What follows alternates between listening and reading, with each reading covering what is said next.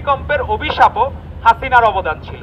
এই যে ভূমিকম্প হয়, এর যদি কারণ উদ্ঘাটন করা হয়, প্রথমেই আসবে এই ফ্যাসিস্ট হাসিনার নাম, তার আগে আসবে শেখ মুজিবের নাম। যখন থেকে দালান করা শুরু হয়েছিল, আজকে নালা নদ কিচ্ছু নাই। আমরা যখন, আপনারাও যখন, সাংবাদিক বন্ধুরাও যখন এখানে দেখতেন যে এই জায়গায় নদী নালা খাল সব ভরাট করে ফেলেছে।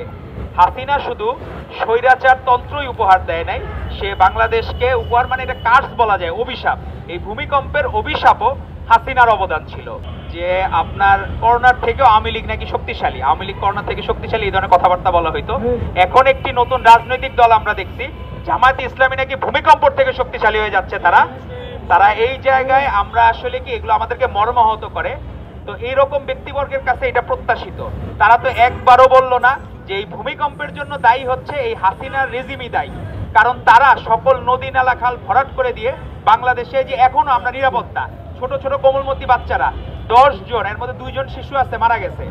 তো এদের দায়ভার কে নিবে?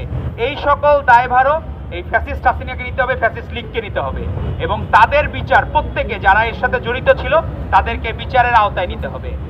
আর আপনি দেখবেন যে তারই বিপরীতে শেখ হাসিনা তার জন্মদিন উপলক্ষে সাংবাদিকদেরকে, সম্পাদকদেরকে, বিভিন্ন পত্রিকার মিডিয়ার, তাদেরকে প্রেশারাইজ করতো, আমার জন্মদিনে কে কত বন্দনা করতে পারবা তারে তত পুরস্কার দেওয়া হবে। আর তার বিপরীতে ভারপ্রাপ্ত চেয়ারম্যান জনাব তারেক রহমান, উনি বলেছেন আমার জন্মদিনে কোনো কেক কাটা যাবে না, কোনো ব্যানার টানানো যাবে না, পোস্টারিং করানো যাবে না। আর যদি তোমাদের কিছু করতে ইচ্ছে হয়, তোমরা মাদ্রাসায় দান খয়রাত করো, তোমরা কোমলমতি শিশুদের, বাচ্চাদের যারা নিপীড়িত, এদের পাশে দাঁড়াও। তো এই উদ্যোগটা কেমন হয়েছে আপনারা সবাই বলেন? ভালো হয়েছে।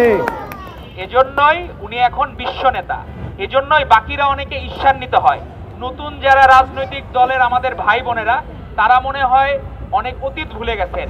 আজকে বেগম খালেদা জিয়া নারী শিক্ষার প্রসারের জন্য যে কাজ করেছেন, আজকে অসংখ্য মা বোন, এই জেনারেশন, তার আগের 2-3 জেনারেশন আগে, শুধুমাত্র বেগম খালেদা জিয়ার জন্য উনি প্রাইমারি থেকে শুরু করে ইন্টারমিডিয়েট পর্যন্ত বিনা শিক্ষায় যে চালু করেছিলেন, তার কারণেই কিন্তু এরা শিক্ষা গ্রহণ করতে পেরেছে এবং আমরা শিক্ষিত মা পেয়েছি।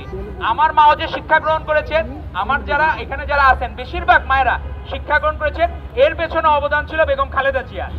এবং তারও আগে শহীদ রাষ্ট্রপতি জিয়াউর রহমান বীরুত্তম, বাংলাদেশের তো খেলাধুলো ওইভাবে পরিচিত ছিল না, উনি সেই সময় মোহাম্মদ আলী বক্সিং এর ক্রেজ ছিল, ওনাকে নিয়ে এসেছিলেন। তো আমরা আশা করব আমাদের ভারপ্রাপ্ত চেয়ারম্যান জনাব তারেক রহমান দেশে আসলে, আপনারা এই যে এখন যাদেরকে দেখেন এই বিদেশি শিল্পী আনা, এগুলো বন্ধ হয়ে গেছে। সবার আগে বাংলাদেশ গতবার কনসার্ট করেছে। তো আমরা ভাই ভারতপন্থীও না, আমরা পাকিস্তানপন্থীও না, আমরা শুধু বাংলাদেশপন্থী।